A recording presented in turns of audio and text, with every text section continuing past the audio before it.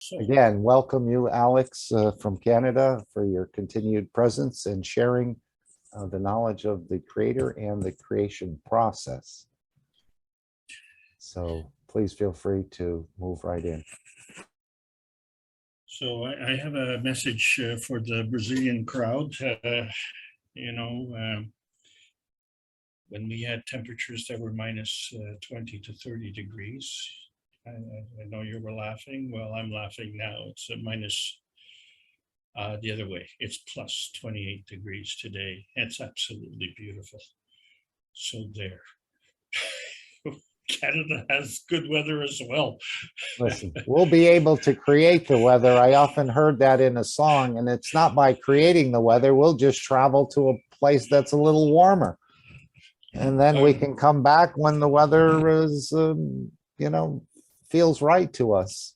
That's right. Just on this That's planet. right. So we can change the weather just by changing our location. Or if Mr. Kesh releases some of this technology, the cup of heat and so on, that was one of his first things. He went to the world governments. He didn't want anyone going to bed hungry, cold, or without energy and so on. So there's so many technologies waiting in the wings. And again, he said he's worked on this 15 or 20 years ago. Even the self-charging chip, he said, which he could have made billions and tens of billions. He could have been 20 Bill Gates. He's kept in his pocket for the last 40 years, but it's all due to timing, as we know.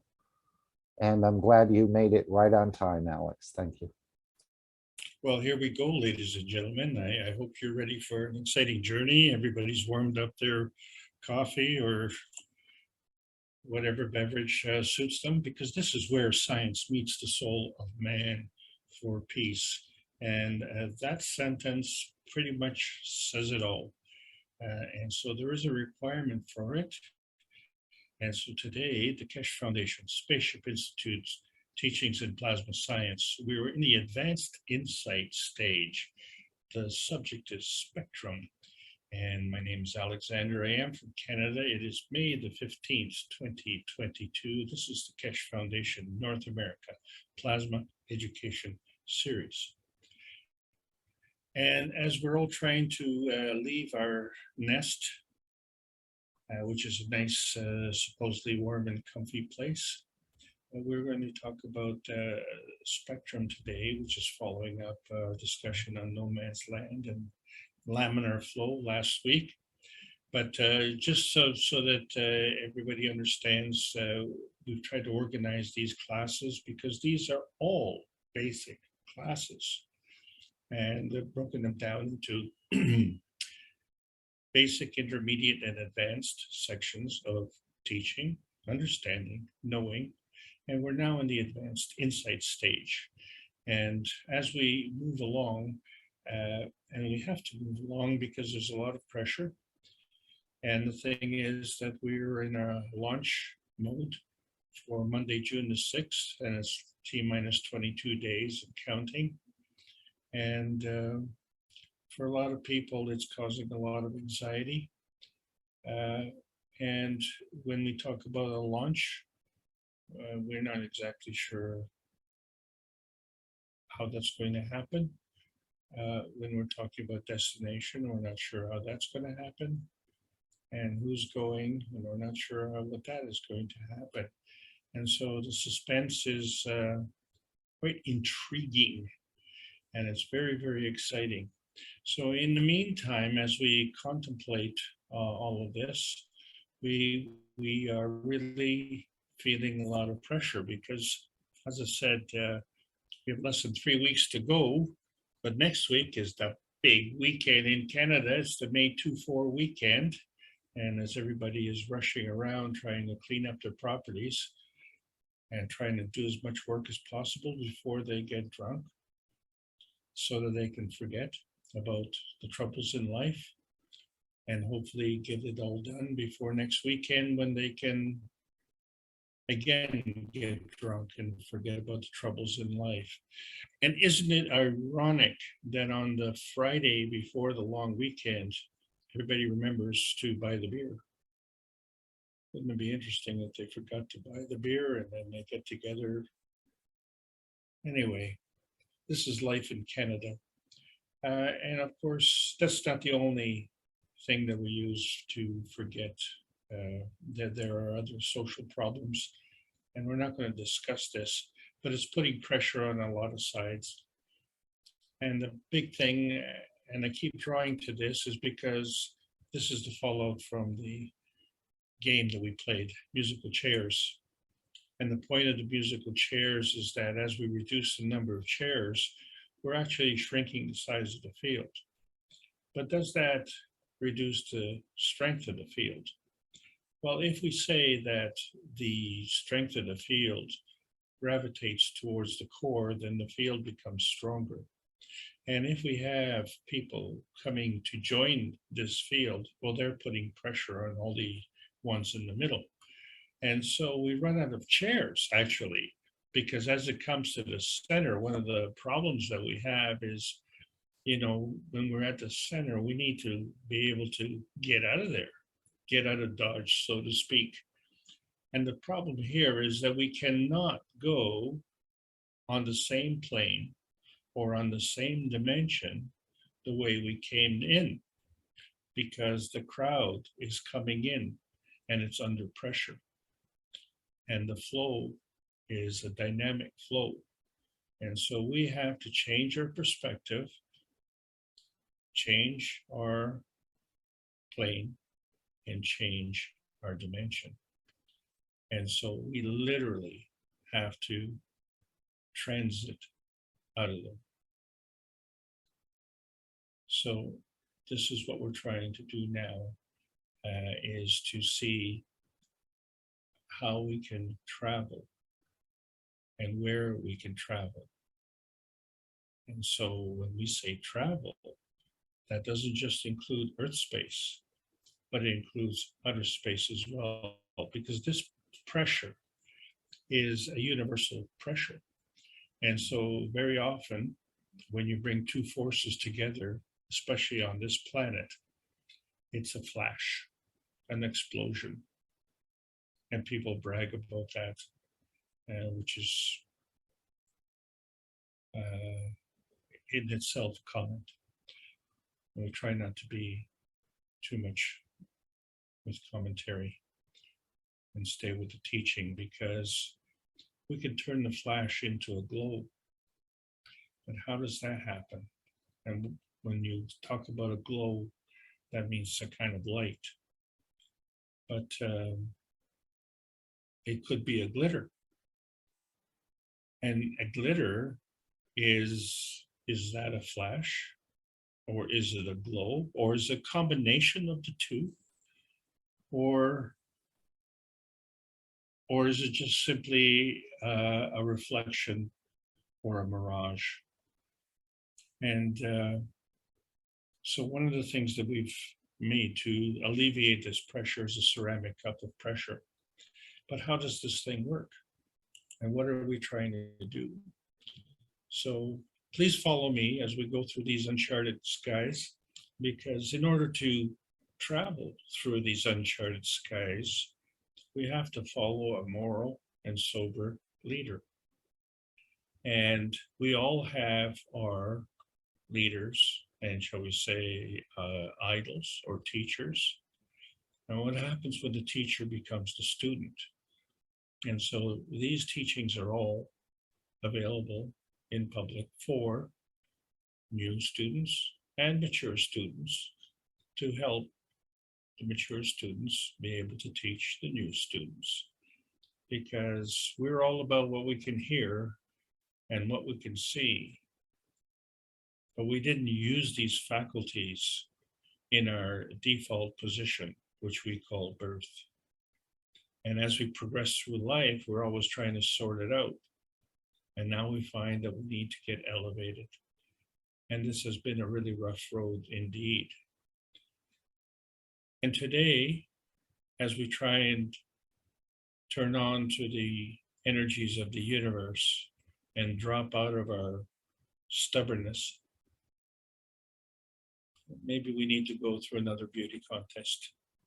We did that not too long ago, but we've come to review how the matter began.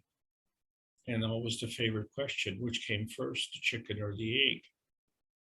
And then, we also extended that to say, well, which one is the teapot and which one is the tornado?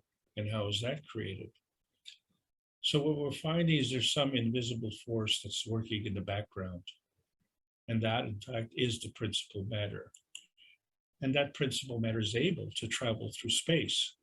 So if the principal matter is able to travel through space, then what's our problem? And so maybe our problem is we don't understand the word matter and we don't understand the word space. So we're trying to clarify those things. And so one of the things we found that energy traveling through space, we call it the PM ticks. And these PM ticks represent a feeding, an energy feeding to a field. So you have to feed something. So when you see that field, that means it's a convergence of three different energy levels: the principal matter, the convergence matter, and then there's this matter in between, the transition matter. And that transition matter we also call the dark matter. Also, if there's dark matter, and then what is the difference between dark matter and light matter? And so the light matter is part of the plasmagen conversion, which is the manifestation of the transition of the energy from the PM ticks to the gravitational energy of the MAGRAV itself with a certain condition. And that condition is a feedback energy that comes from the field interaction of the environment, which we call inertia. And so when we compare something to something, we have to define what we are, we have to define what we're comparing to, and then we have to take into account what else we are comparing to. So in other words, when we look at, our tiny little perfect world and how we are fighting this battle of tugging on our soul and the anchorage of our soul to this planet. And so we find, well, how did we get here in the first place? And so we find that there was a feeding from the sun and the feedback from the earth. And somehow we got caught in between. And that is our emotion of presence. So when we say the emotion of presence is in between, yeah, it's in between the emotion of past and the emotion of the future. And so the emotion of the past is part of the feeding system, and the emotion of the future is part of the feedback system. And so the emotion of the presence is the combination, all things in combination of the two. And when the combination comes through, we find that this effect may be variable. And if it is variable, we find that it becomes independent. And so we are all independent. But the thing about it is that we're also dependent on other independent variables. And so the question always comes out, how can you be dependent on undependables? Because when you maintain your independence based on undependables, then your independence becomes vulnerable. And so when we abdicate our responsibility, then we get into this point of conflict.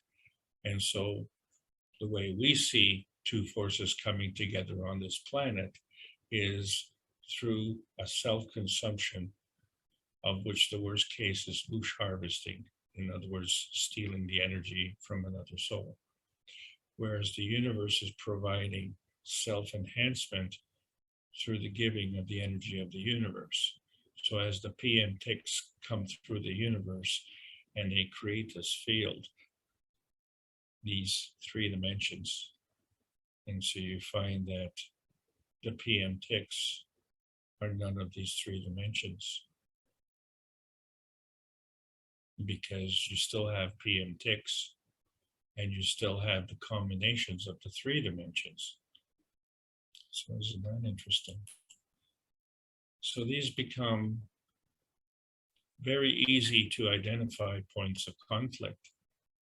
And in our society, there are not only wars, but there's conflicts of interest between inventors, investors, and shareholders.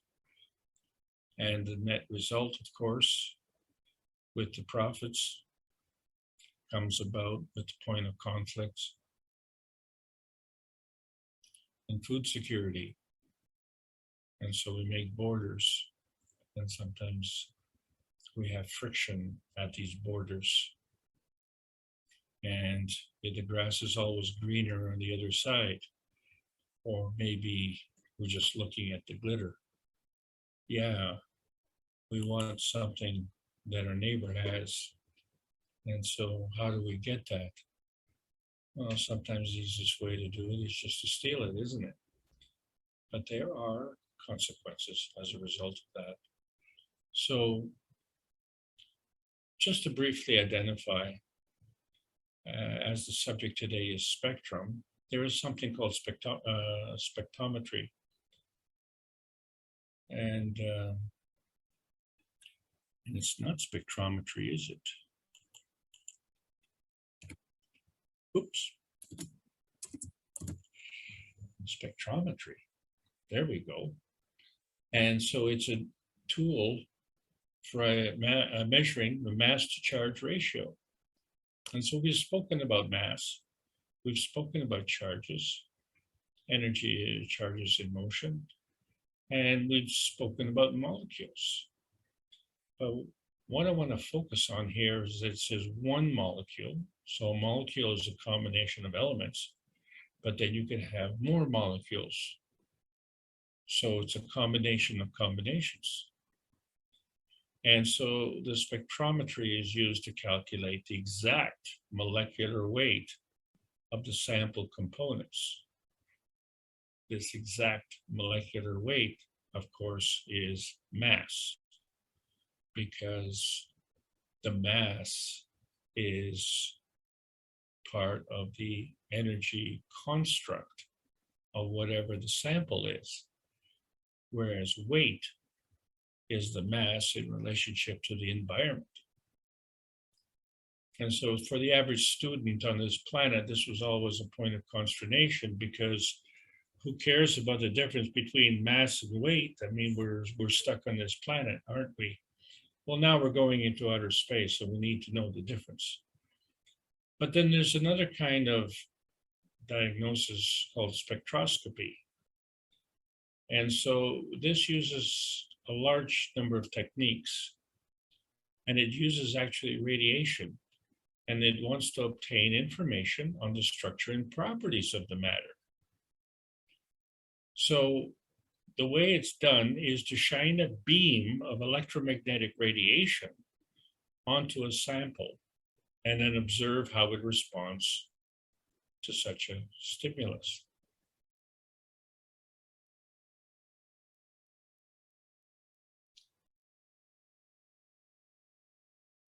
So could we say that spectrometry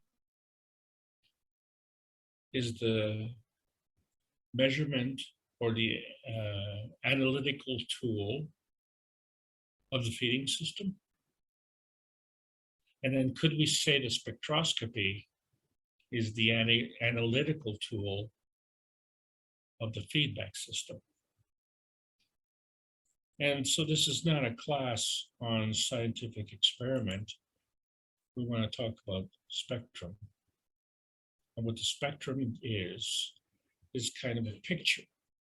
And that picture represents colors and strengths of colors, depending on what that item is. And so someone who is adept at analyzing the spectrum of an individual element So these are elements, and they have their own color spectrum, and they have a uniqueness, and it's like a signature. So what we're asking is, all that glitters, is it gold? Or does it radiate like the sun? And what is the difference? They both shine, don't they? So when we look at the periodic table of elements, and the ones that we're used to, well, there's our amino acid, which is carbon, nitrogen, oxygen, and hydrogen. Then we have our salts, sodium, potassium, calcium, and magnesium.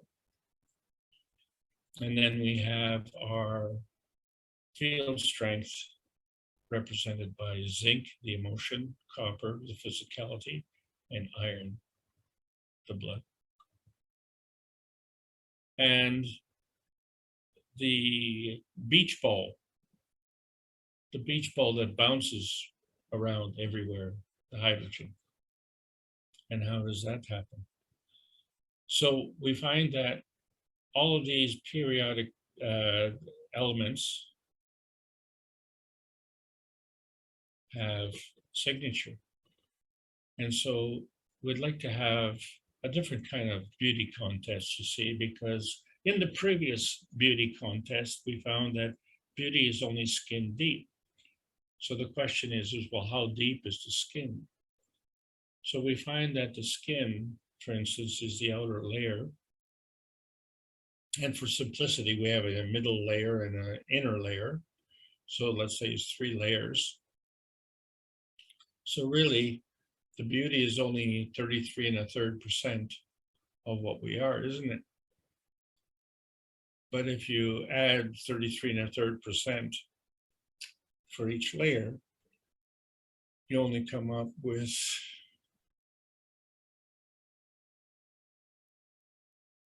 99%.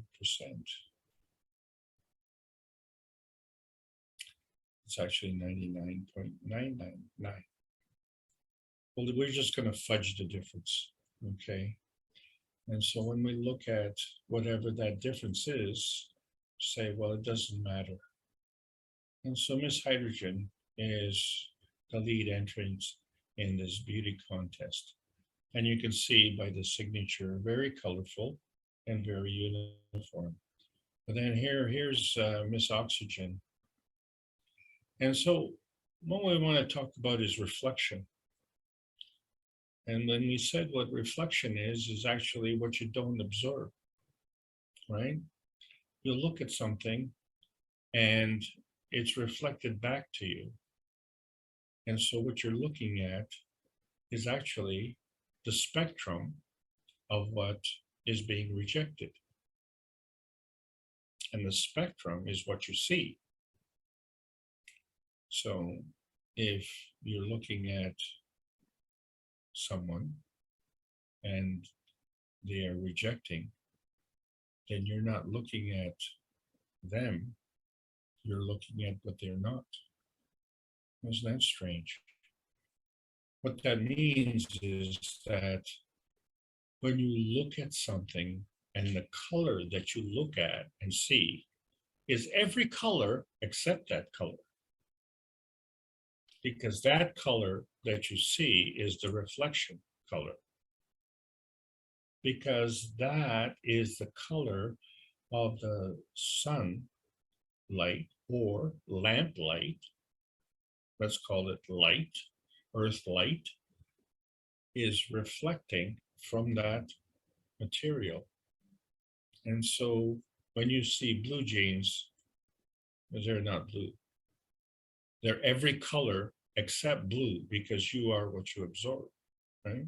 You are what you give your time and attention to. So what that also means is that they're not green jeans either. And why I say green jeans is because Mr. Green Jeans looks after the greenhouse. So really, the plants in the greenhouse, most of which are for the most part, green, are actually every color except green, because what you're seeing is what they're reflecting. Oh, here's Miss Helium. She has a little different pattern. So if what you are reflecting is what you are not, then what you are absorbing is what you do not reflect. So then the spectrum of you is opposite of what others see you as. So if we're looking at this particular spectrum, the lighted portion is one side and the dark is the other side. So you could take an opposite view of this particular spectrum, excuse me, and that would be the dark side.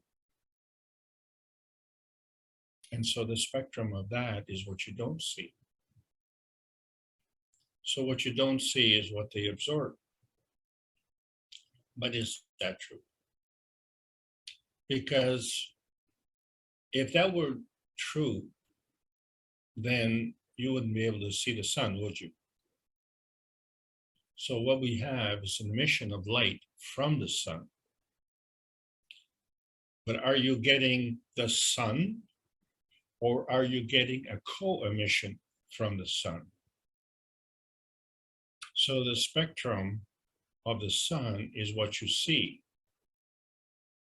And that what the sun is emitting and that which you are absorbing is actually the spectrum of what you are.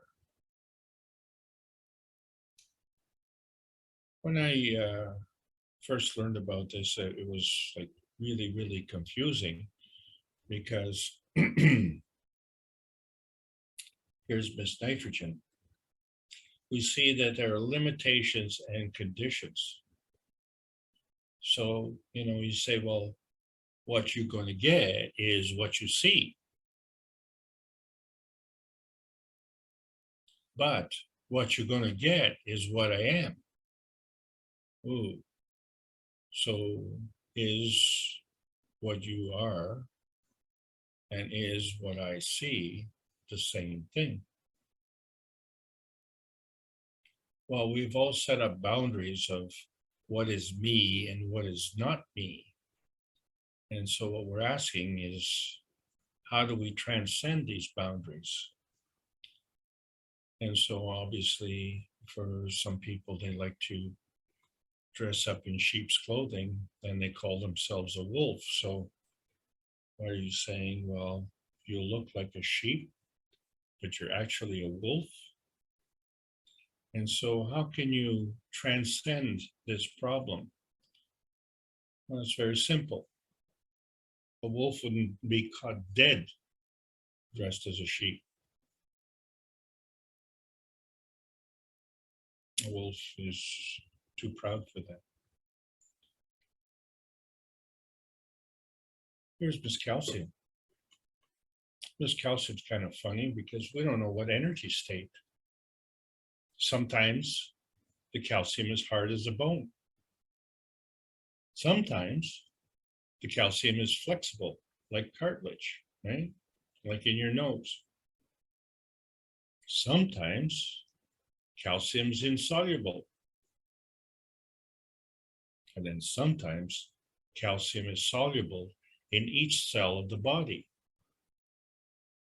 Well, if the calcium is in each cell of the body, and sometimes it is soluble, sometimes insoluble, sometimes hard, sometimes flexible.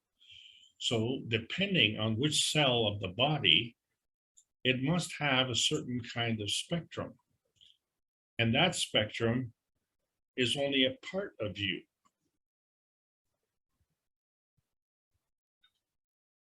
Not all of you. Here's Mesodium.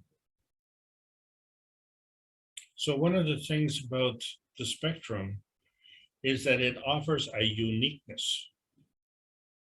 And so we use spectroscopy use it for identification. So in fact, the spectrum is like a signature or your fingerprint.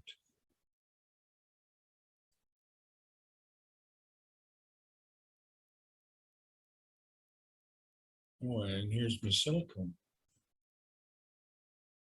So when we identify an element, that is a single field. So we say, okay, well, this is Miss Silicone. And we know that this is Miss Silicone because,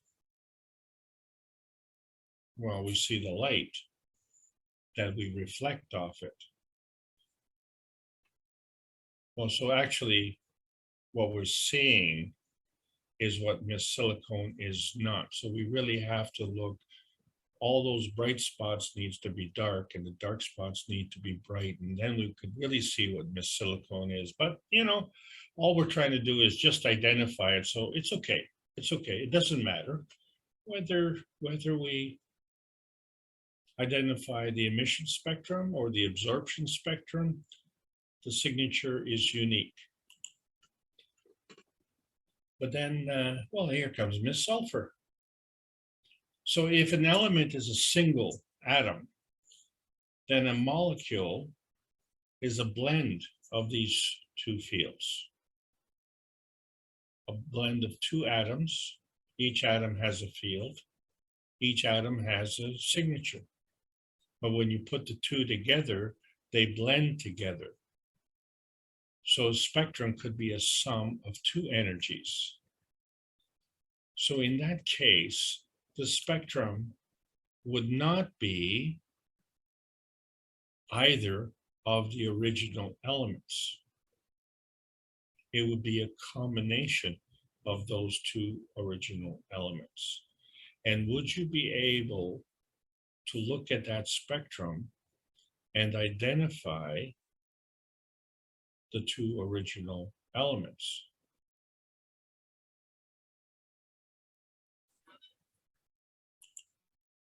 I'm asking too many questions and not giving enough answers, right?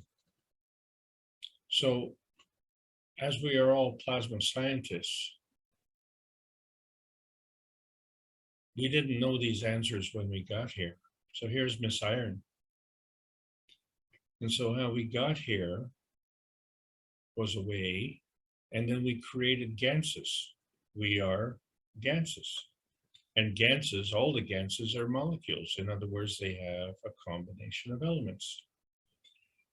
And so what we said was, would that color of that GANS reflect either of the two elemental GANSes or elements?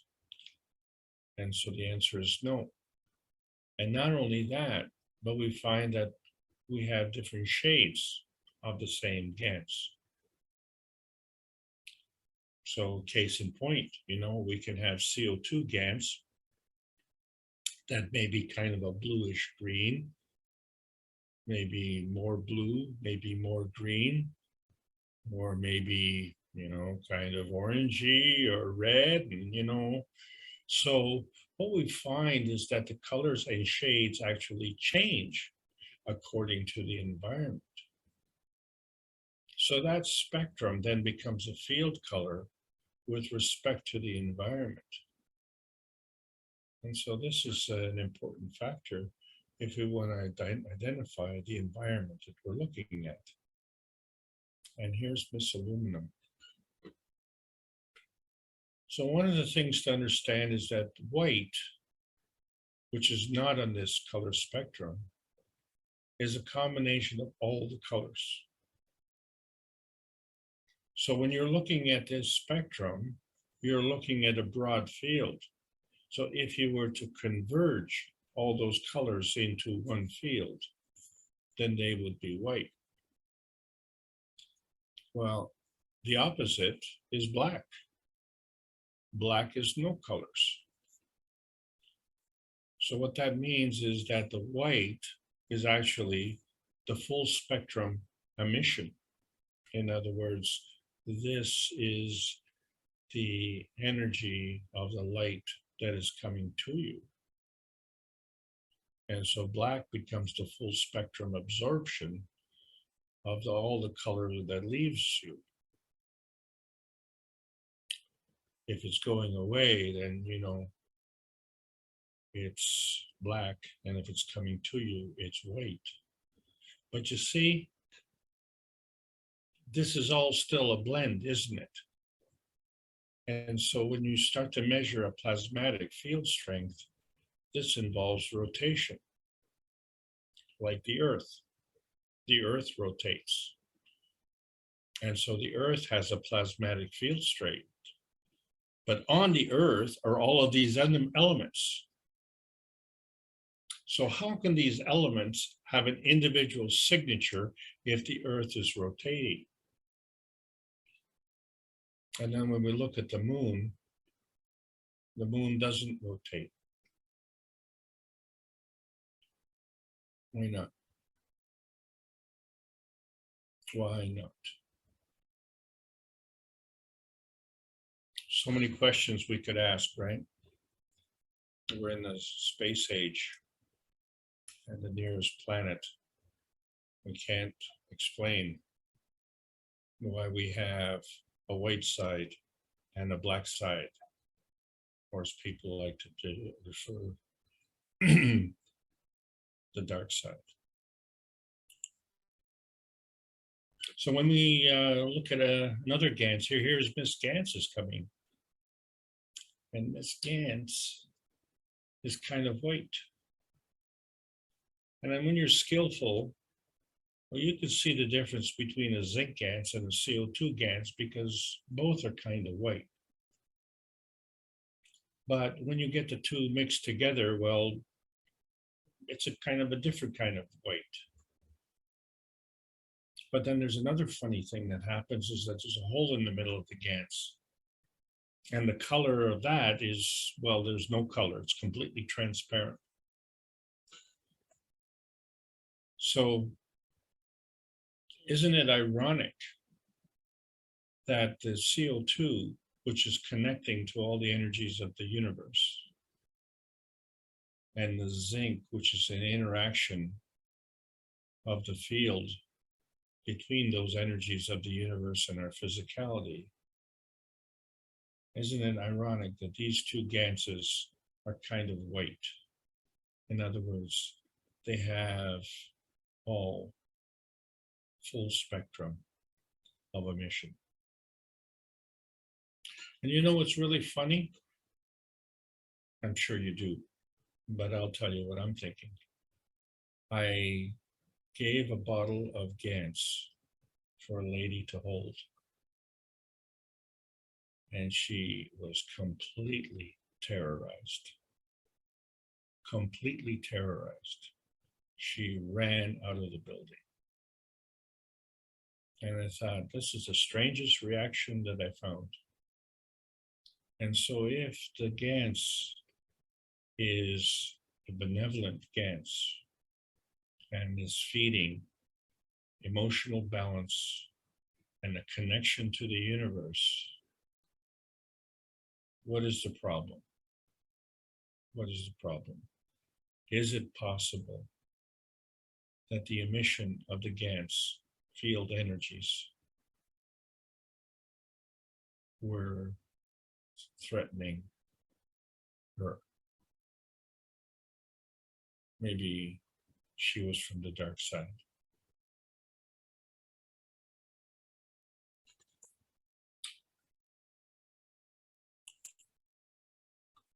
So there is a point in between, the point in between the light side and the dark side. And so the question is, well, what point are you at? And so somehow you identify this is me and this is not me, but there's a crossover point which we've identified as the vanishing point in between. And so this vanishing point is actually the point between where we are verifying and validating our existence. But our existence is not visible. Our physical reality is visible. but there is a substructure, a plasmatic reality. So somehow our point of existence is coming at that crossover point between the plasmatic reality and the physical reality. And that crossover point is the balance point, isn't it? If it's balanced, you're not moving. So the transmutation is actually the crossover point of the vanishing point. And so there is no spectrum. There's nothing there. Well, how can nothing be nothing? So if we say that what we see is the spectrum of what is being emitted, but also if we say what we see is what is being reflected, well, this becomes a real problem, because now what we're talking about is being able to go into a dematerialization or a materialization. So in other words, we could cross this vanishing point of no man's land and go beyond that. And we know we can go beyond that because we can see right through the no man's land, this point of transparency. We can see right through there. So if we can see right through there, then we can actually see what we need to see, as opposed to what we think we need to see. So in other words, we become discerning of truth and say, well, how can I tell if someone is lying? So if you're looking at a wolf dressed in sheep's clothing, then you say, oh, you know, I was talking to that sheep. But if you look through the point of transparency and look beyond to what is being emitted, and if you see that limitation, and then you see the wolf, well, you may see the wolf, but it's not going to be a very strong wolf, because a strong wolf wouldn't need to be dressed that way. But the point is that you can always tell the truth by looking through that point of transparency and seeing the emission of the soul. So it leads us to a bit of a conundrum here, is because when we look at our natural resources and we see that the earth is a physical place and that it is rotating, but it has many, many different colors. And we call it the blue planet because the majority of the planet is encircled with water. And so it has a tinge of blue. And our sky, from our perspective, is kind of blue. But it's not all a slurry. It's not all a mishmash. It's all individual colors, unique colors. But the thing that's funny, as the world is turning, we are able to produce unique elements. And we're able to produce unique molecules. So for instance, in Chile, we can produce copper. In the Middle East, we can produce oil. And in the Far East, we can produce gold. And those aren't the only places. I'm just saying, these are three extremely diverse geographical locations on this planet. And they cater to specific resources. And so we have a mining industry. And the only way that we can get these elements is to physically extract them. But do we question what is behind? What is the substructure? And so if we look at these elements and what is supporting these elements, we know that there is a plasmatic substructure. And we know that this plasmatic substructure is in a rotating field. And this field has to rotate because the energy doesn't stop. It's always in motion.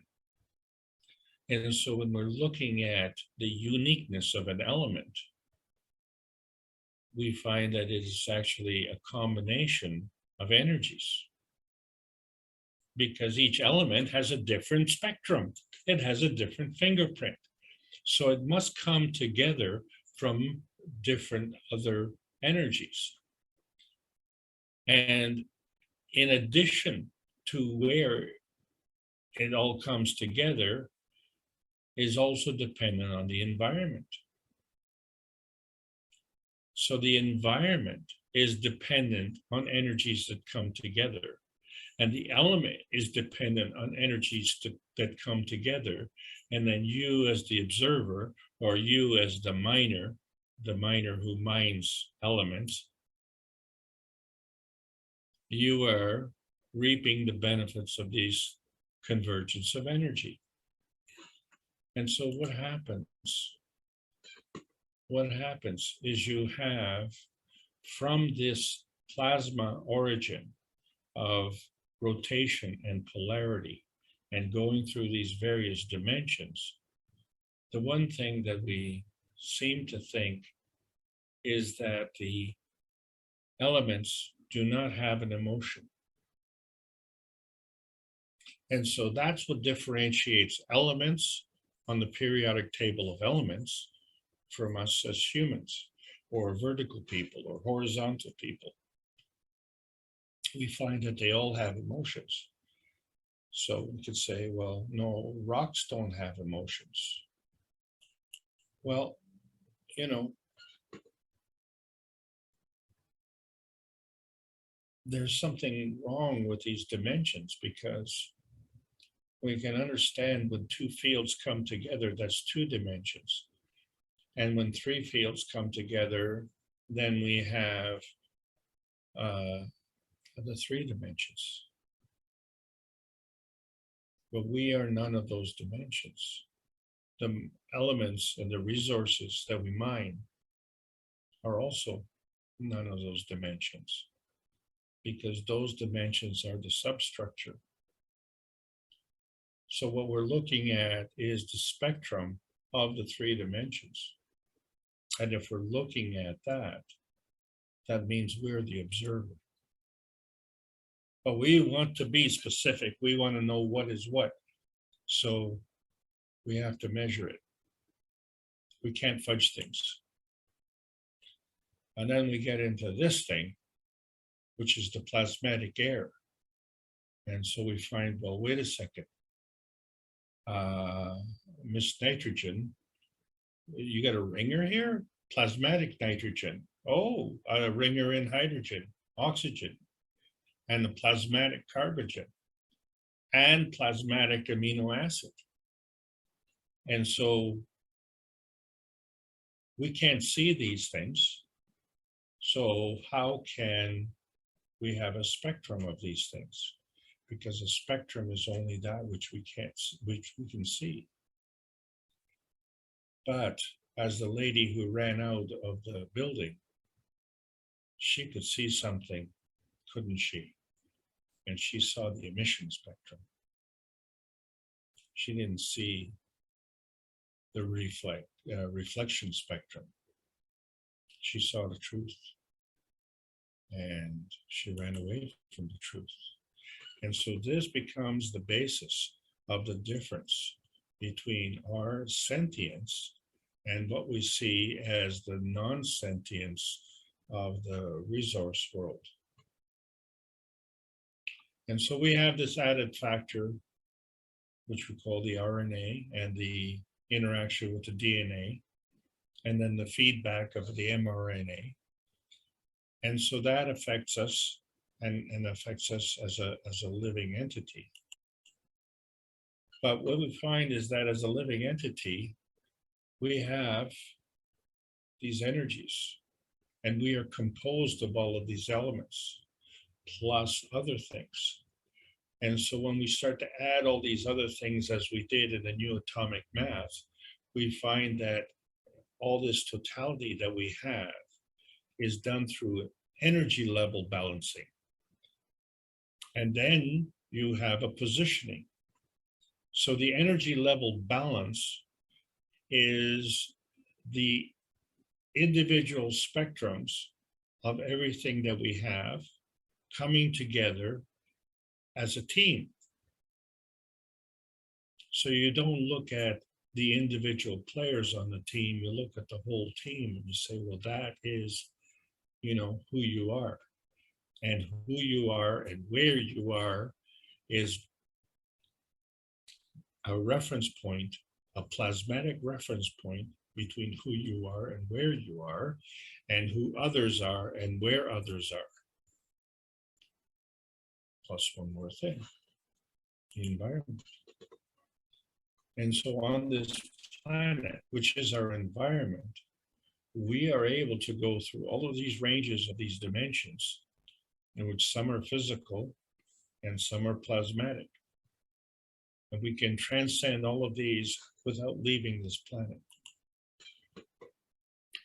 And then when we look at and depend on the spectrum for identification, but when we look at a somatoscope, which identifies the somatid and the red blood cell in living color, which is no color, what we see is an all white ring and an all black center. What color is the red blood cell? And then the in-between, what color is that? And then we see the somatid. What color is that? And then you ask, well, if we use a spectrum of color to identify what something is, that means we are using light in the process. So why is it that when we use the light in the process of a somatoscope, that this device is illegal? And so we find that our focal point is based on how we convert energy or how we invert energy, how we concentrate on our plasmatic reality or our physicality, whatever that point that we're focusing on is either the point of divergence or the point of convergence,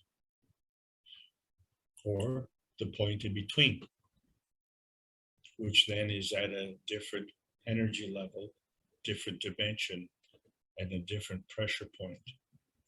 And so this pressure point and this zone of where the transmission and the transition cross over and they transcend into a different dimension. And so what you have is a feeding system and a feedback system, where the feeding system is the light matter and the feedback system is the dark matter.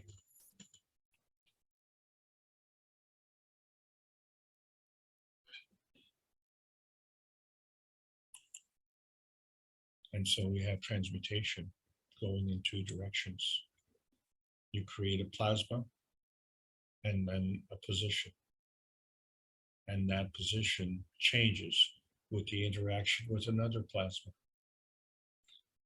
And then those two forces come together and they create a third, which is the dynamic plasma.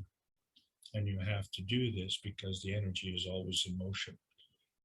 And so what you create and what you interact with is all determined by susceptibility. And so there's a synergy of relationship references. And this is what allows us to transcend the various energy levels within a range. And this range is on Earth. And so if the basic rule is the higher strength feeds the weaker strength, then the question is, how does the weaker strength feed the higher strength? So we've already determined that you can't do that on the same plane. And you have to change the plane and you have to change the dimension. And then you also have to have a change in its relationship. So if you change in its relationship and you look at something and you say, well, something is strong, well, in that relationship, it could be strong, but in another relationship, it could be weak. And so if in the majority of cases, when I present the GANs, and I'm sure all of you have done this, and people will, shall we say, gravitate towards it because it's welcome, and the exception will run away from it. And the reason they will run away from it is because they're not willing to exchange energy with it.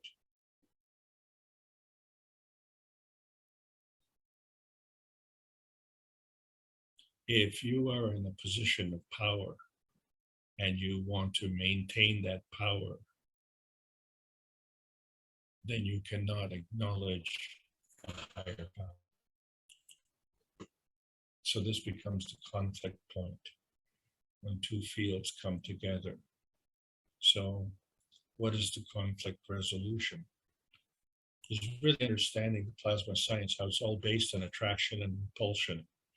These are the magnetical forces of interaction. And so in all cases, it's a natural creation where it's magnetical if it's emitting energy, it's gravitational if it's absorbing energy. And if it's magnetical energy, which you can't see, then how can you have a spectrum? But if the GANs is a magnetical energy of a plasma field, and that you can see. So that's an anomaly, and that's a clue. And that's a way for us to understand that this energy that we feel coming from the GANs, and that we can see, and we don't know exactly what it is, but it has a kind of a whitish color, which means it has everything that we need. And if we have everything that we need, then we don't need to steal from someone else. In fact, by the same token, we can give and we can take and continue to give and continue to take without losing, because we can maintain our mag-grav position as a neutron, or we can maintain our mag-grav position as an electron-proton combination. And then the energy of that process is the release of the PM ticks. But once you have that mag-grav positioning, then based on your field strength, you can either absorb or emit energy from there. So in other words, the ray motion is the creation of energy that comes from natural creation or from natural decay. But in either way, it's a creation. And there is a bond that is between those two that comes from another dimension that we can't see. And so this becomes the bonding fudge factor, which to this day, we can't even get a spectrum of that bonding factor. Millions and millions of dollars poured into that kind of research, and we cannot see. We cannot see the spectrum of no man's land. And we maybe can see the physical spectrum, and maybe we can see the plasmatic spectrum, but we can't see the full picture, because the full picture involves a bonding effect, and that bonding effect includes what's going on in no man's land, and it bonds in two directions. So there's a plasmatic spectrum and there's a physicality spectrum. And this duality has been confusing, especially to me, with all these years, because it represents a duality and say, well, if I'm looking at you and what you are is what you are reflecting, then I'm not looking at you. I'm looking at what you're not. So what are you and how can I tell? So I have to go beyond, and I can't do it physically, because if I do it physically, then I'm only working with the physical spectrum. But if I do it plasmatically, then I list the services of other energies. And so we see the difference between what's going on in our little tiny perfect world and what's going on in the rest of the universe.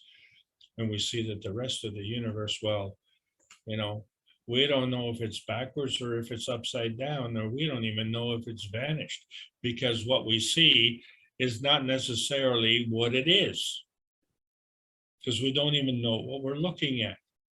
Because if we're looking at it, well, then we can make some intelligent decisions. So if we are traveling with a rocket, why doesn't the moon have a rocket? Because it keeps moving. So what are we looking at?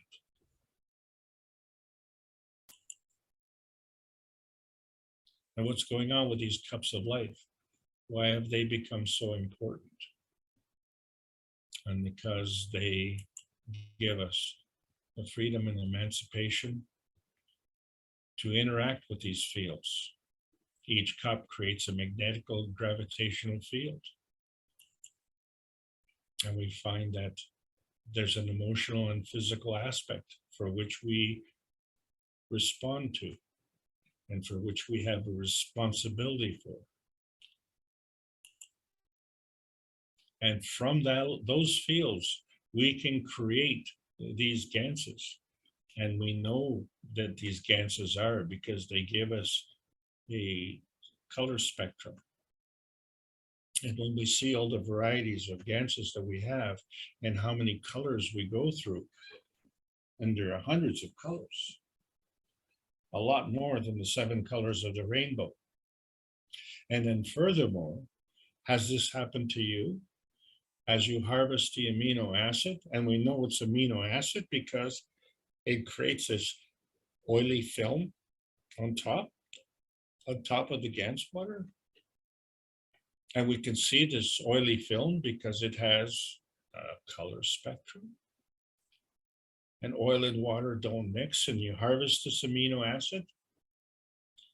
And then you wash your plasma water so that you can drink it. And just before you drink it, you add a little of that amino acid that you've harvested, you add it back to the plasma water.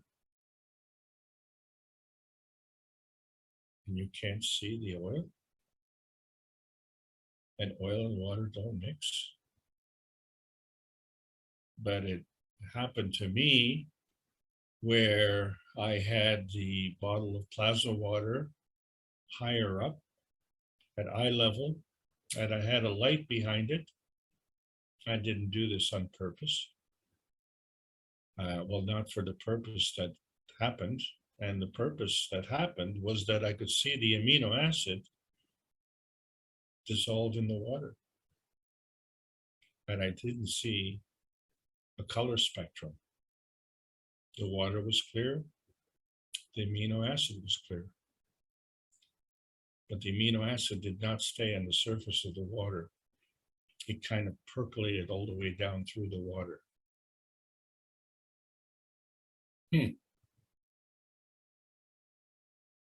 Different properties of physicality and plasmatic reality. Excuse me. And then each cup has a soul. The third field, the third dimension. And so that third dimension interacts with others.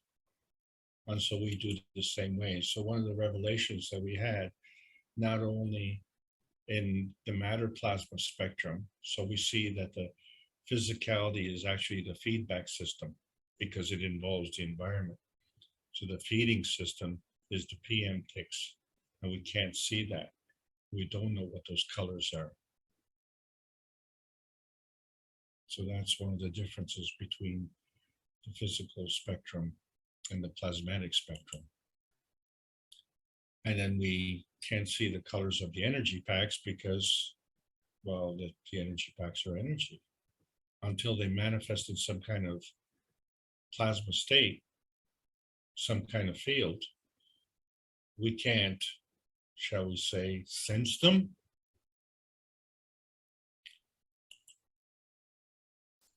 So when we look at our Earth, we now understand that there's a constant feeding and conversion that is going on, where energy is coming in and more energy is coming in. But before that happens, energy has to go out to make room for it, and more energy has to go out.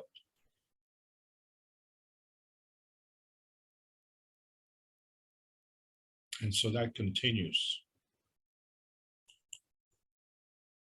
And from our earthly point of view, our role is the same way. We have our soul, and our transportation vehicle is our body. And so we can move around on this planet. And we do that either by conversion or by inversion, or both. And we have to go through this point of transparency, and where we have an inherent spectrum within our soul, and we have a spectrum of our physicality. So what is the spectrum of our soul? Well, that would be our aura. So the transmission rate of our aura then becomes how fast we can cross over this no man's land between the emotion of presence and the presence of physicality, and understand that our emotion of presence is from our soul intention. So the spectrum of our soul intention is the feeding system, and the spectrum of the environment is the feedback system. And so when we have this physicality of these rotating spheres filled with GANs in a star formation, and we find that the plasmatic reaction, we create fields around, and in the combination of these fields, we create a plasma in there. So if we were to do a spectroscopy on this whole thing, all we would see is the elements that make up the rotating spheres. We would not be able to see the plasmatic spheres. So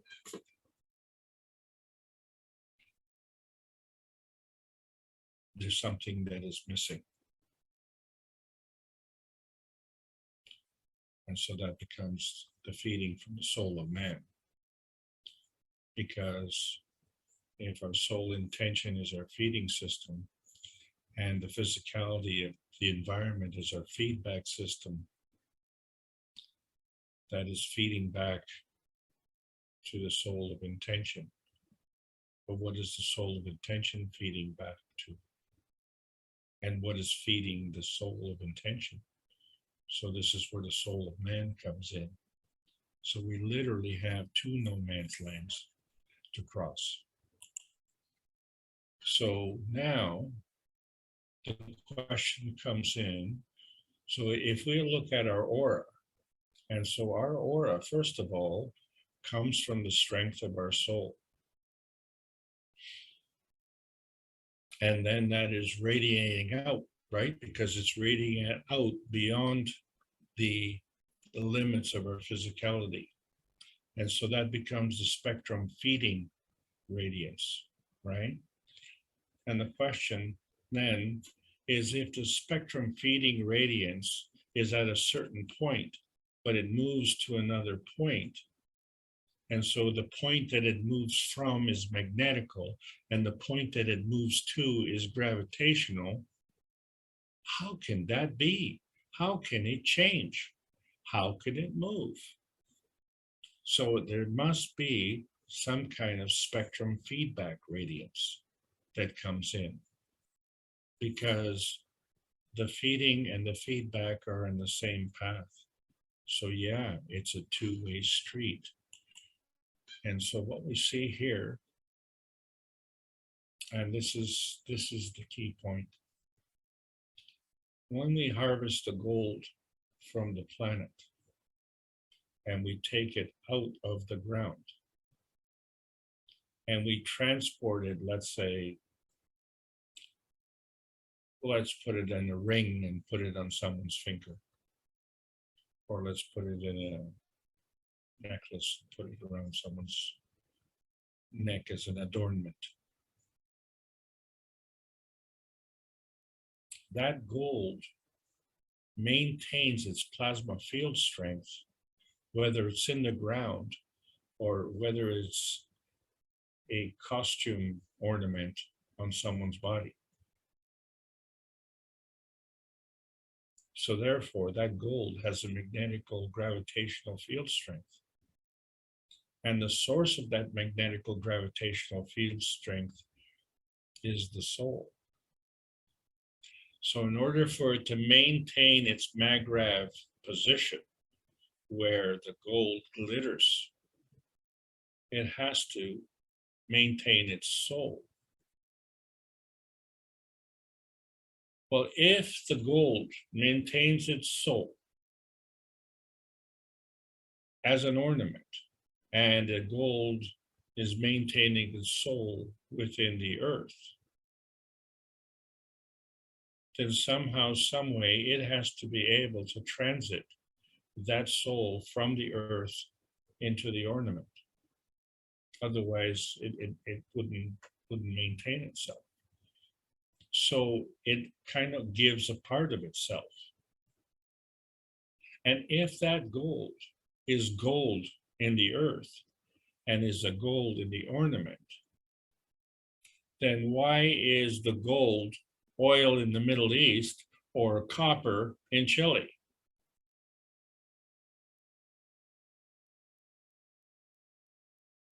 So there has to be a soul connection. And there has to be a uniqueness. And so the physical reality is the physical manifestation of the gold or the oil or the copper, which is actually a physical spectrum.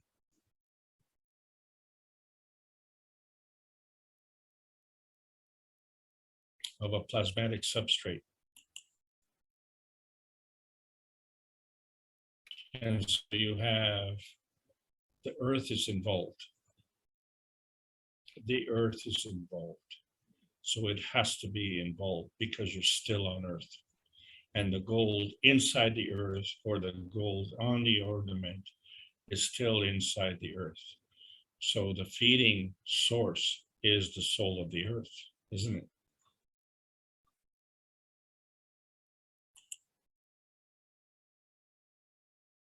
So if we have the feeding on the one side and the feedback on the other side, this transition of energy that is in between has to be a connection.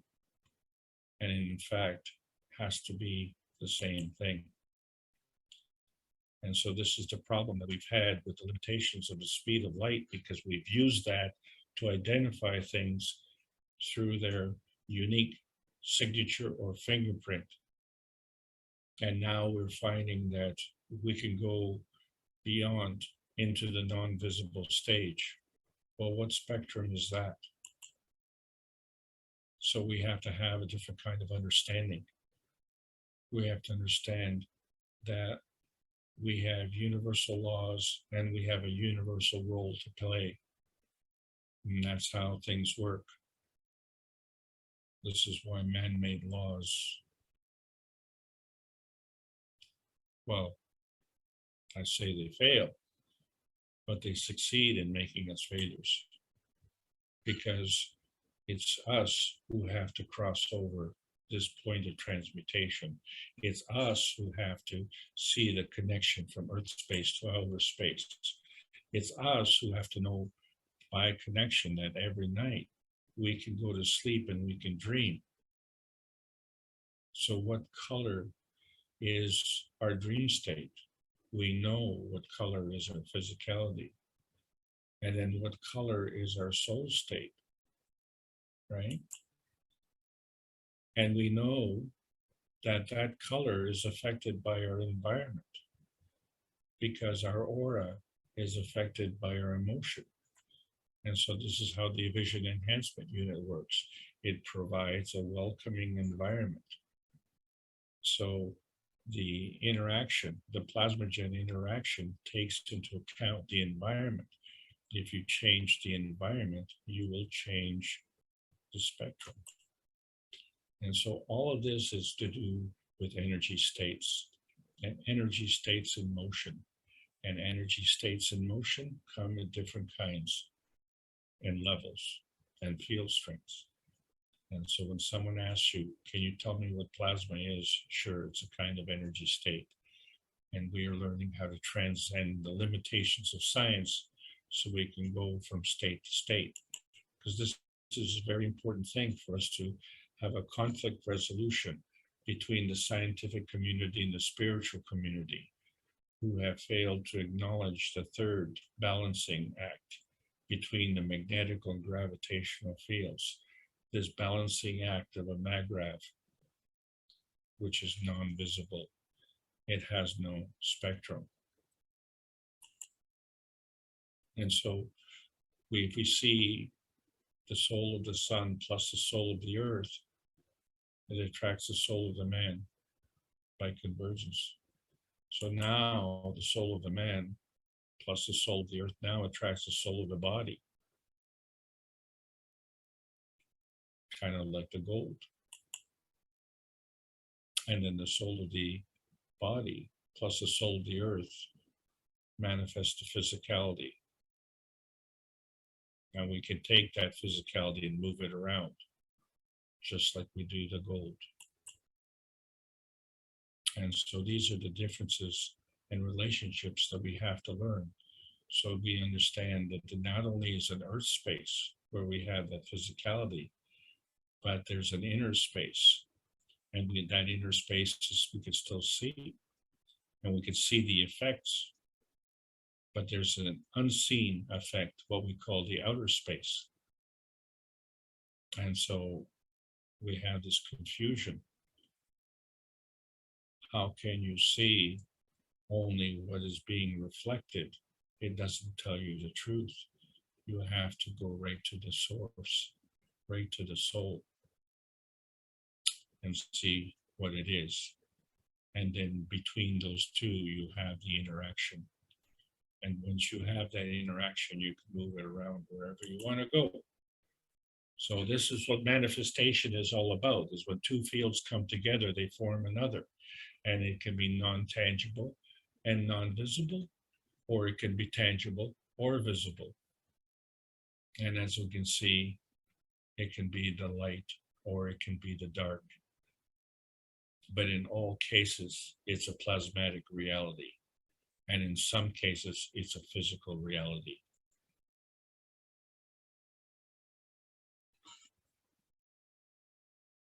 And because of that difference, the emotion of presence is also a form artifact of reality, of energy and motion. So by stealing from others, we are actually binding the energy within us at the expense of others. It's a double jeopardy. And if we look at nature, we find that the default position of nature is perfectly normal. Nature is freedom and emancipation. And we are part of the universe, and the earth is part of the universe. And so we have to decide, what is it that we want to harvest? And what is it that we want to build?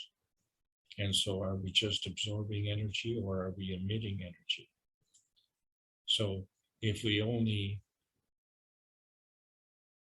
reflect the energy that we don't want, then we're always making a decision based on what we don't want. But if we can reflect the decision of what we do want, then we find why there's no winners in this particular beauty contest, because there is also a Miss Outer Space and a Miss Earth Space.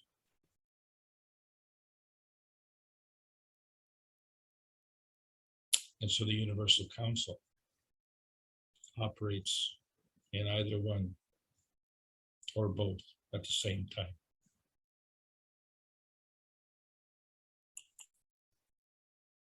So this knowing by connection that we've been talking about does not have to have a boundary in between. There can be a contiguous connection. It's all dependent on field strength, feeding and feedback from the outer space to the inner space. And so that's how we create the peace dome, isn't it? Because the peace dome is not something that create based on what we reflect. The peace dome is created on what we emit. This is the most important point. What we emit, what we want to achieve. And this is how we feed the common good. And we find that, you know what?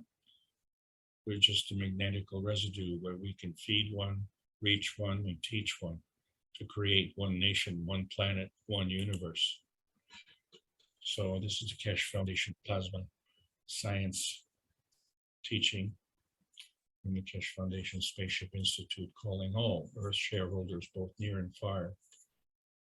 There's a World Peace Treaty, and we need to sign it because that is the point of spectrum view. The view that even though we can't see it, we know it's there because the universe is done that way. The universe features the physical and emotional transformation, and the rate of change depends on the source and balancing of the feeding and the feedback systems. So the default position is freedom, and the universal language speaks that language, and we need to listen to it. That's why the plasma science needs to be delivered in exchange for peace on Earth. So welcome to the outer space age. It's the end of the lesson. I really hope you enjoyed the trip. Thank you so much. Well, thank you, Alex. Is there any fee for this? You've taken us on a long destination, unifying the whole universe, the unicos, and so on. It sounds like quite a big job. Almost sounds like, in part of that teaching, you're starting a plasmatic color revolution. Brilliant. Brilliant. Well done, Mark. So you say. Does Yes, that I mean, do. does that Yes. mean you're saying that whatever the entity can't hold on to as far as colors go is what we're actually seeing? So as I look out the window and I see green shrubs and I see green trees and I see green grass, that the tree is not green, the grass is not green, the bush is not green. It That's certainly right. looks green to me. Of And I course know it we've does. had this discussion in the past in some of our private classes. Well, let's discuss this. So each plant has an affinity to a certain element. That is why that plant grows in that particular place. And I'm going to use one of the simplest things, a dandelion. A dandelion has a root that goes down really, really deep. And one of the reasons that we have a preponderance of dandelions is because of the acid rain, which comes from our, latest industrial revolution, which pollutes the atmosphere, right? So we need a slightly alkaline soil, or, close to neutral soil, to create an environment that is conducive to the plants. But we have some very acidic plants. So what the dandelions do is they are growing on the top, sending the root down to where there's more calcium and bringing it up to the top. And so how does that calcium get to the top? Through the decomposition of the dandelion. So what we find is that if you allow the dandelions to grow for 2 seasons, you won't have dandelions anymore. And you will have whatever is growing there to be extremely healthy. So what is replacing then the dandelion? Whatever is the next in line with respect to its field strength, which is going to supplement what the earth needs. So the earth is doing the calling. So if you have all the plants are green, then how do you know, which one is going to deliver to you the balancing mineral that you need? So you can't tell by what it's not telling you, right? So, people look at dandelions and they call it a weed. So what do?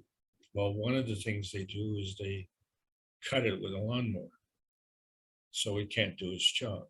Another thing they do is they put weed killer on it, so it can't do its job. And so what happens? That soil remains acidic. And so the only thing that can grow in that soil is the dandelion, and we keep killing it. So all we're doing is delaying the whole process. And it's a good racket. Yeah, lawnskeepers make a good income from that. Mhm. However, I just am of the belief is that we don't have enough people to do all the work. So I don't need to create more work. I need to create less work. Okay, I need to make things easier. And if we, continue to sabotage our efforts, then this is one of the reasons that life is so difficult. And life is very, very difficult. This is the confounding thing. You see the poor dandelion. I mean, who is the dandelion's boss, and even when the grass cutter comes around, the dandelion still, grows, and you miss it. The dandelion's going to come back and sneak up there and cast some more seeds, and then you won't see where these seeds go because they blow all over the place. And then you think, oh, I got the problem licked. And then next year, oh my God, this is just a sea of yellow, dandelions all over the place. Well, you know what? That's a good signal. That means Mother Nature is working on your behalf, and she will restore it in a way that we continue to fail to do that. And so you see how Mother Nature works, how the universal community works to balance things. And then you see how the human community works with drug dependence and alcohol dependence, and I'm so depressed, and I'm so incapable, and so irresponsible. So we really identified the problem right then and there, and we need to understand that the reality, even if you look at the beggar on the street, you don't know if he could have been the chairman of the board, right? And those stories do actually happen like that. Yeah. And what is really sad is if sometimes these people, they jump out of a building because they commit suicide. And the sad part about it is they were played, they were deceived, but they thought that they were above the deception, and they thought that they were part of the game, because for them the dependence of their power was an artificial power. So if you have to exercise your power, that means you don't have any power. Does that make sense? Yes, Mr. Kesh brought that up about famous sports figures and actors and different things. When they lose their position, as far as all the attention on them, they sort of lose their bearings in a way.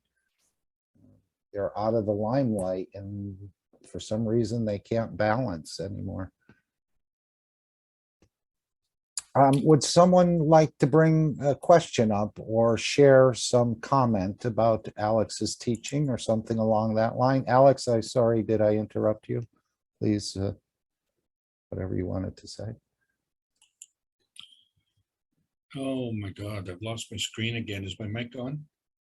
Yes, Okay, I have to. I see your screen. We do see your screen, Alex. Unless Yeah, it's so frozen there. no, so I'll tell you what. During World War II, both my parents were wealthy before the war, and after the war, both my parents were refugees. So we're talking about World War II, right? And so we came to Canada, and what was really wonderful was that it was a new life. We could start off with a country that had a high degree of respect around the world. And it was interesting because there was a bit of a competition between the US and Australia, and Canada wasn't our first choice, but my dad was a professional soccer player, and of course, his friend went to Australia and he made a wonderful career in soccer. The US, didn't have that, and he didn't know about Canada, and he came here and there wasn't any soccer. And so all his life surrounded that because he was a professional soccer player, and I mean, it was a shock. It was a shock that he couldn't, make a living at doing that. He wasn't uneducated. He was very successful, but once his career was over, he basically gave up. He gave up on life. And my mother, on the other hand, and we were very poor, and she became very successful. And so it was really funny because I come from a broken family, like most people. And he, after his career, he became very unsuccessful, and she became very successful. So it's ironic that both of them were wealthy before the war, and then after the war they were both poor, and then my mom became wealthy again, for a certain extent. So the wealth in that case wasn't handed from generation to generation, but was actually derived within the generation, and so we see that today. We see both. We see inheritances, and we see earnings, right? We see that. So what we have to look at is the individual and the capability of the individual, right? And how we adapt to the environment. And that's the key. So the key then becomes working with the environment and being true to your own soul and not trying to manipulate the environment based on what you want to do. But the thing that neither one of them wanted to do was to compromise their souls. It's just that one was more skillful in navigating through this. And I'm so grateful for this to happen. And so I've kind of followed the same path in insofar as I didn't have a lot of money, but whatever I had, I lost. But in return, I learned about health and what causes health. And as a result, long story short, brought me to the Kesh Foundation. So when I look at my friends who grew up, with me, as I was brought up in Canada, and they're not on the same path as I am.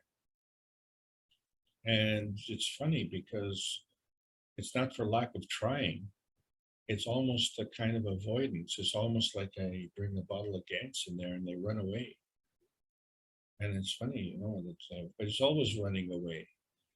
And in whether when I was younger, I had money, and then when I was older, I didn't have money. And then I found out the truth. And the truth is, in Canada, it's rude to be poor. So it's all about the money. So if you have money, then you have the power. But, Yeah, imagine the most popular sport in the world, soccer or football, as they call it, but it just wasn't popular over here for a time being. Now it's getting much more popular. So he just missed it a little bit. But yes, you would think it would be everywhere because it is the most watched and viewed and played sport in the world. yeah, but the sport itself has changed. You look at you look at the quality of the athletes today and the quality of the athletes back there, and the only thing that's changed is we have other skill sets that we apply, like with respect to nutrition and conditioning. But in terms of emotional commitment, um, indomitable spirit, it had nothing to do with money. But the money that is being bandied about today is amazing. It is totally amazing. Excuse me. Would anyone else like to come in here at this point in time? I think there must be a question or two, or at least a comment for Alex.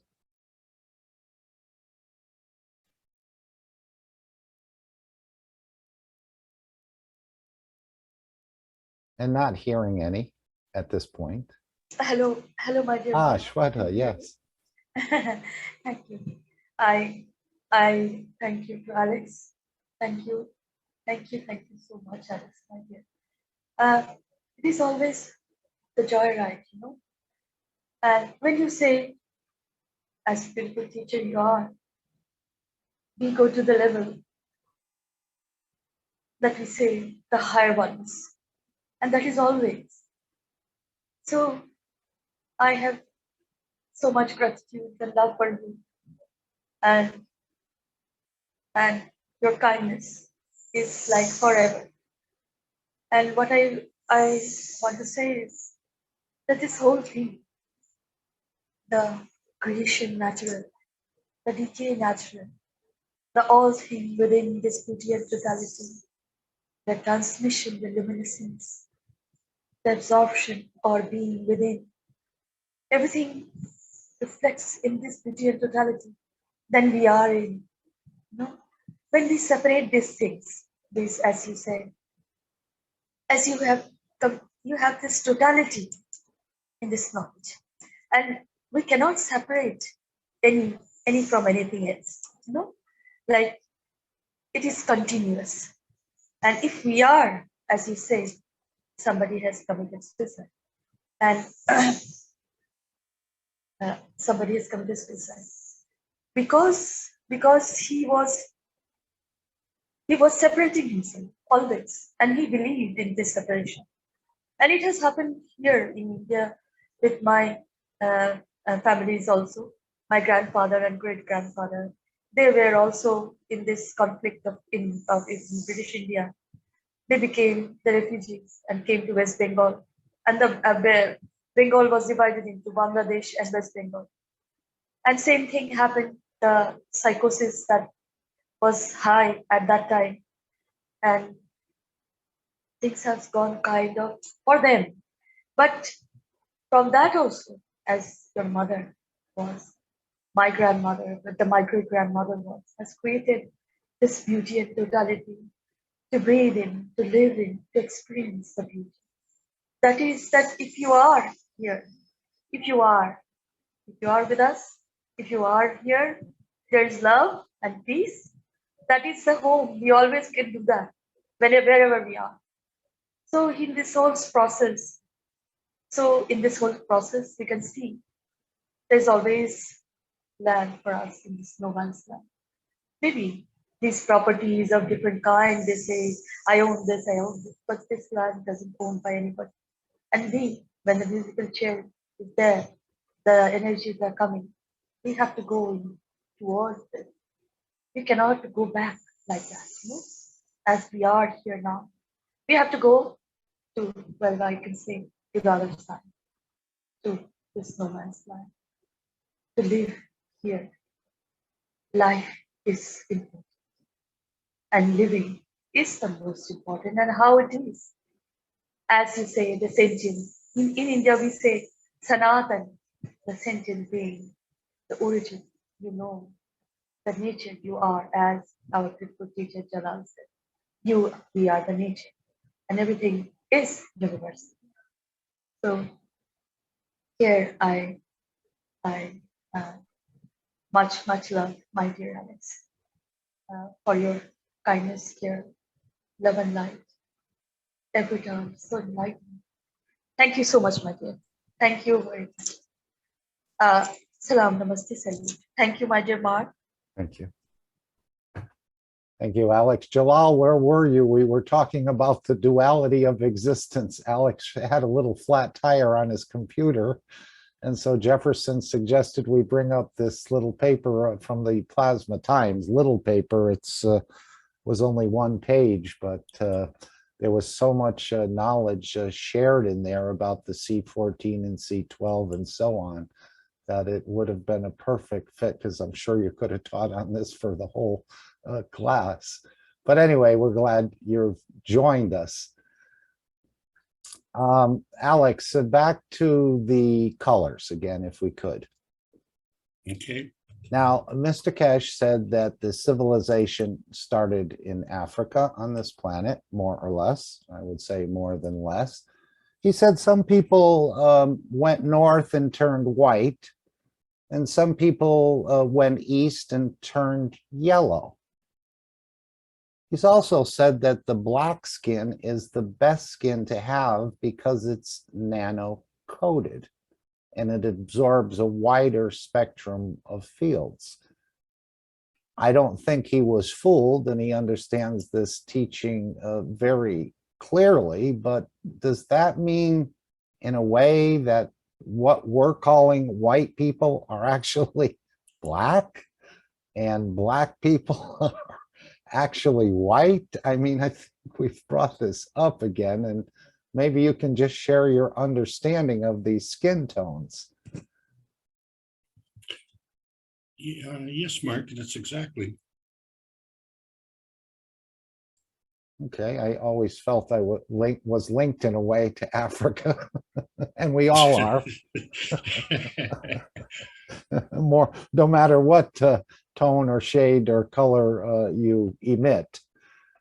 As Mr. Cash said, the civilization basically started along the equator in East Africa, maybe Kenya, along in that area, perhaps. But anyway, very interesting about this color, that it's reflecting what it cannot hold on to. Well, yeah, what it can, that's right, but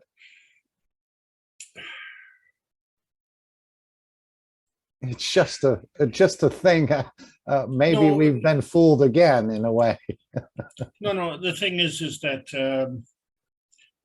2/3 of your skin is all the same color. So the only color differential is that top 1/3.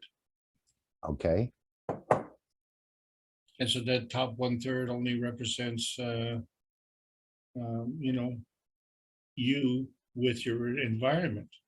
So say a racist, they want you to go back to your environment. But, the thing is that you change according to your environment.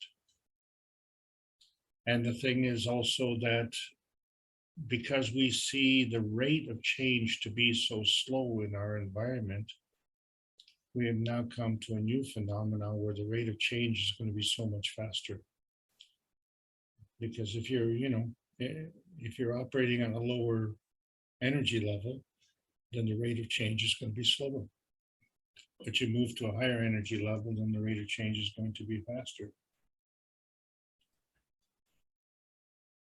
Okay, I've started book 3 again, The Origin of the Universe, book number 3. And if you could you bring up the plasma with the principal matter, the dark matter, and the matter? And I'd like to read a couple pages here just to see. It almost sounds like to me at this point, in my understanding, that the principal matter is actually transmuting itself and creating the fields of the transition matter. And then, of course, the principal matter going to matter itself when it loses enough energy. So let me read a couple pages out of the book. Do you know the plasma? Yeah, one of those anyway, where we can see the principal matter, the dark or transitional matter, and the matter. And then I'll read a couple pages here for everyone. Now, again, it's 30 minutes before midnight in Europe and later in other parts of the world. Are you going to read us a bedtime story? No, it shouldn't take long. It's a few paragraphs.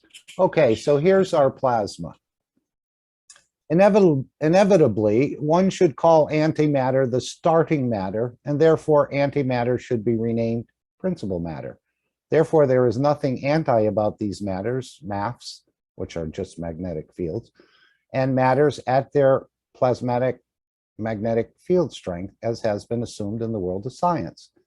The principal MAFs matter has different degrees of strength in itself, and not all magnetic fields of principal matters have the same magnetic field strength.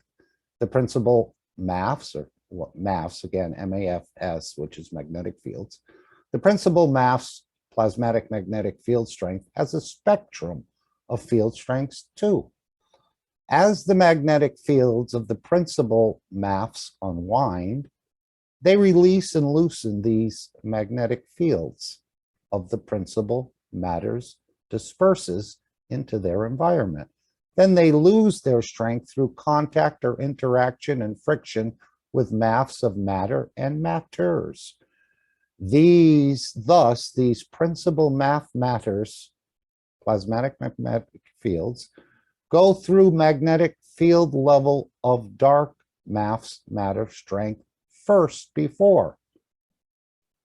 Due to reduction in strength, the dynamic plasmatic fields of MAFs of the dark matter in motion reach the plasmatic magnetic field strength of the matter MAFs level and hence becomes visible in the matter plasmatic magnetic field strength environment and become matter.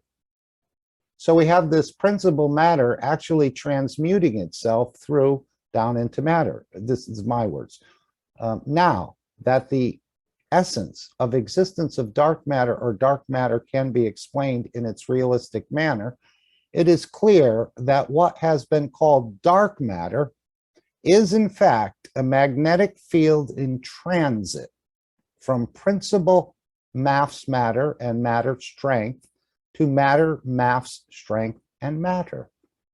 As energy has been defined as magnetic fields in motion, and you've often reminded us of this, Alex, then dark energy, in fact, is transition MAFs matters in motion, or what is called transition energy. Thus, dark energy can be called transition energy instead of dark energy, as the plasmatic magnetic fields of this magnetic field in motion forms the mass strength of the principal matter to reach to MAF strengths of the matter level is only a transition plasmatic magnetic field condition and a transmission MAFs matter phase only. The interaction, yes. And one of the key points, if I may just emphasize, so when you're talking about these matters, principal matter or transition matter, not all principal matters have the same field strength. And That's not what I all just read. I know, but I need to emphasize that, okay? Because when we talk about electrons and protons, we seem to think about, you know, one brand. And then it's like a car, different brands, different strengths, different designs, everything. So the field strength is has to be taken into account, and so does the environment. Sorry to interject. Oh, no. So I'll just read the last paragraph or so. The interaction of magnetic fields of transition matters with others of the same leads to and creates the transition gravitational and magnetic fields of their own, or what is called transition magrevs. And in some cases, this condition leads to the creation of transition matters, dark matters, and consequently, sometimes the interaction of mass of transition energy leads to appearance and becomes transition matter, dark matter in the cosmos. But it just sounds to me like what we're doing, if we're going to transmute somewhere, the principal matter is just in motion. It's not like the dark matter is a toll bridge where it has to stop, or not stop, but let's say you have to let me through this area. It's actually doing it itself, creating that transition, because, and then eventually getting to matter, because if we, as Mr. Kesh said, we know how to convert fields into matter. Now we need to learn how to put fields or matter back into the field level. So it sounds like there's really, even though it's this transitional zone, it's all out of the principal matter, which becomes matter as it loses its strength. But it's not like, again, I know he said that the universe is made up of a lot of transitional matter with it has huge gravitational forces in it, but it almost sounds like the principal matter is working everything out itself to become matter, or going back the other way. And it's not like I have to stop at the dark matter level, and it's just these fields in motion that we call dark or transition matter, but it's the same matter. It's not a separate entity. Agree, disagree? Thoughts, No, please? that's a huge point, huge point that you bring up, because in terms of transition, and you want to stay where you are, so the energy is always in motion. And if you stay where you are, then the other interactions have to interact with you at your position. But now if you want to move, those other points have to also interact with your moving point. And also you have to interact with your moving point. So the thing is, when we're discussing these type of science, we are breaking it down to the simplest terms. But the simplest terms don't always take into account enough. Okay. And this becomes the, how shall we say, the differentiation on the skill level. What I think is enough and what you think is enough are two different things. So this is how you find that some things are done more efficiently than others. So the one who's doing it more efficiently has taken more things into account. Both have taken into account, both have the principal transition and convergence matter, but one has more, right? Same thing, but more. And then if you want to stay at that place, then you can grow in place like a plant, or you can move like a horizontal entity, right?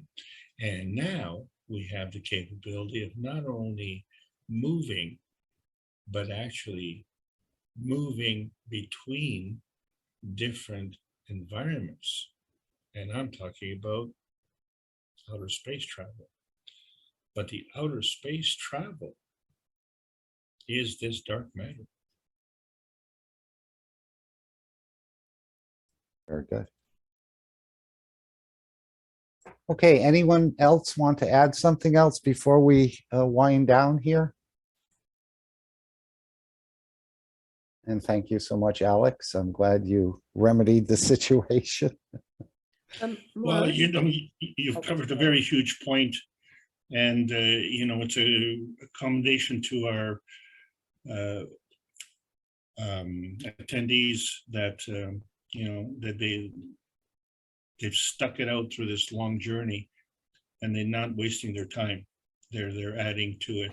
Definitely. We're all adding to our knowledge, no question about it. We know so little of this knowledge. We think we know a lot, but it's not like the cake baking where you put it in and 45 minutes later or whatever time it takes to cook a cake, it's done and completed. And a lot of people look at this knowledge that you'll get it after a week or 2 weeks or a month or 3 months, but it just keeps expanding. As he said, as long as man is in existence, these teachings will continue. So I want to thank everybody for allowing me to continue to present with my don't viewpoint. Can you hold on to Alex for 1 second? Hold Okay, your I got 'em. horses, Alex. Yeah. Just wait. No, I just, I'm clear, you're Canadian and so am I. Yeah, I just wanted to clarify, you said different strengths and different brands. But okay, I kind of thought that an electron was a certain strength and proton was a certain strength. Sure, that's the way we've been taught. Okay, but then are we saying, no, that's not correct? Yes, that's actually? exactly what we're saying. Okay, so we do have different strengths of electrons and different strengths of protons and so on and so on. So you know how you know that? The trick question. By the colors, no. Well, yeah, by the colors, but you were a baby at one point, weren't you? I think. And then, yeah, you're told. Yeah, but you grew. Yes, I did. Well, so why can't an electron grow? Absolutely. Yeah, makes sense. Okay. And what about the neutron? Same? Same. Okay. All right. That I'm happy now. That makes more sense. Okay. Thank you very But the much. relationship between the Mhm. electron and the proton is 1,849 times. No matter what. Okay.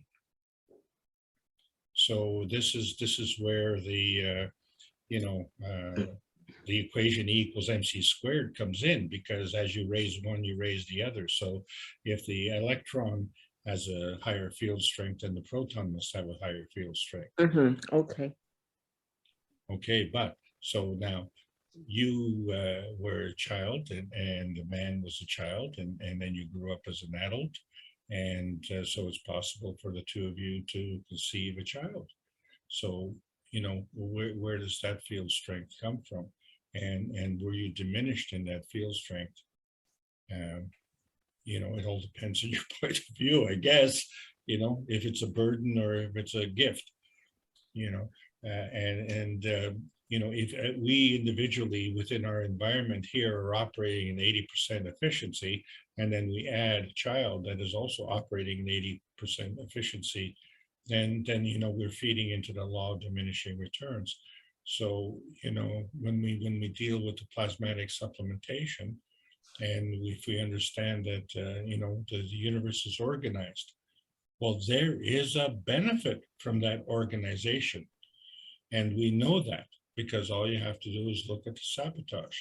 And then when you look at the sabotage, you have to scratch your head and say, well, why are you engaging in sabotage, even self-sabotage? Why do you have to get drunk? Why do you have to get drunk to the point that you pass out? Or, now what's happened is, why do you have to get drunk to the point where you endanger your license? We have a zero tolerance policy, as you know, and you lose your license for a year. Where is the benefit in getting drunk there? I hope you're not asking me. I don't drink.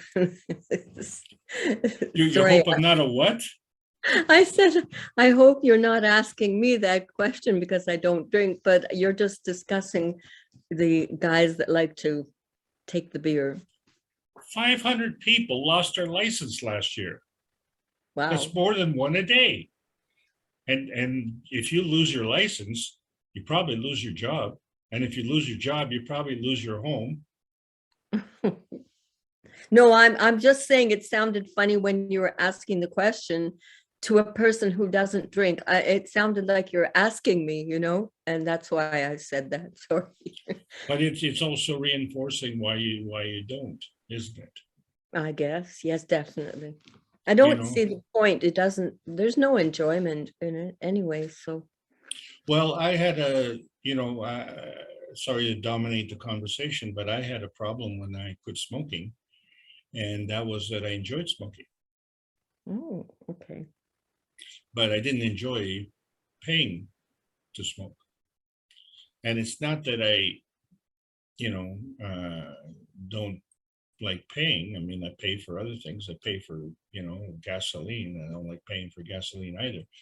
But the thing was, when I found out who the money was going to and what they were doing, and then I was asking myself the question is, well, how was I benefiting from that? And the answer was, well, I wasn't benefiting from that. And then I had to work hard to not benefit from that. That was kind of stupid. And so I quit cold turkey. What was unfortunate in my case, and I know that now, was that I paid a penalty for quitting cold turkey.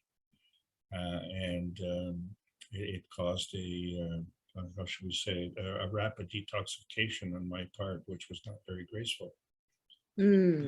Okay, but it was either that or the other, and so maybe it was ungraceful, but next thing I knew is food tasted better, and my clothes stayed cleaner, and the car stayed cleaner, and and nobody else complained.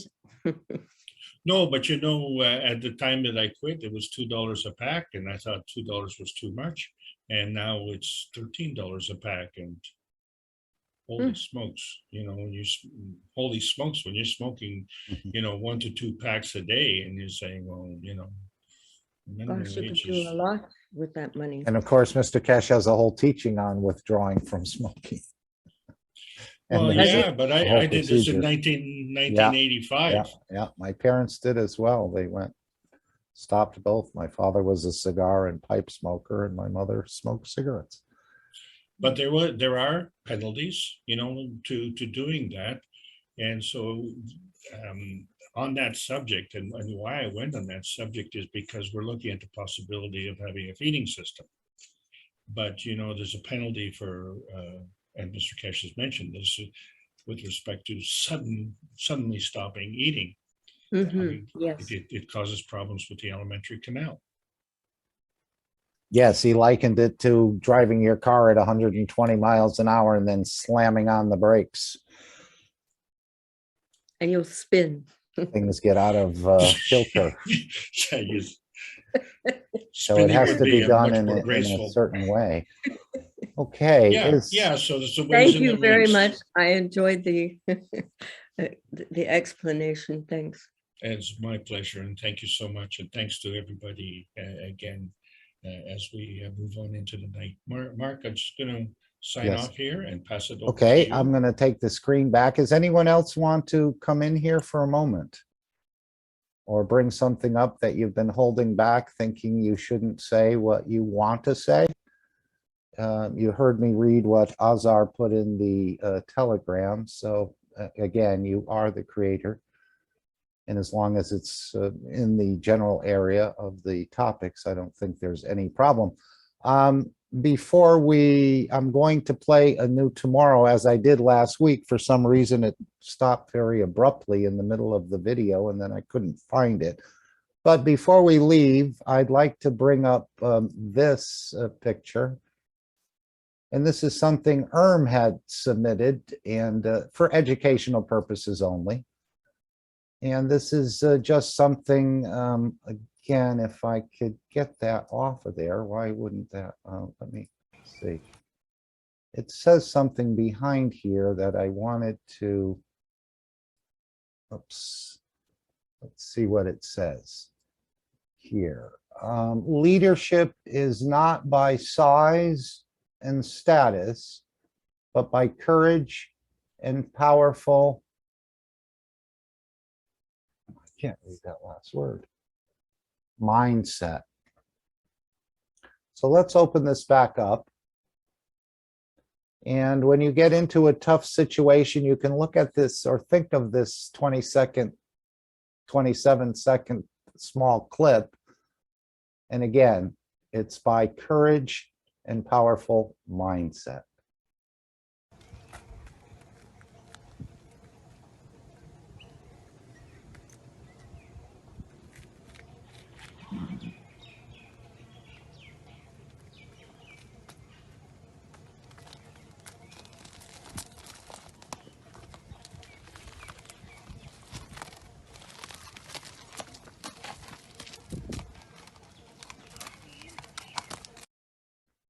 So I thought that was cute for everyone to just to take a look at. I'll do that one more time.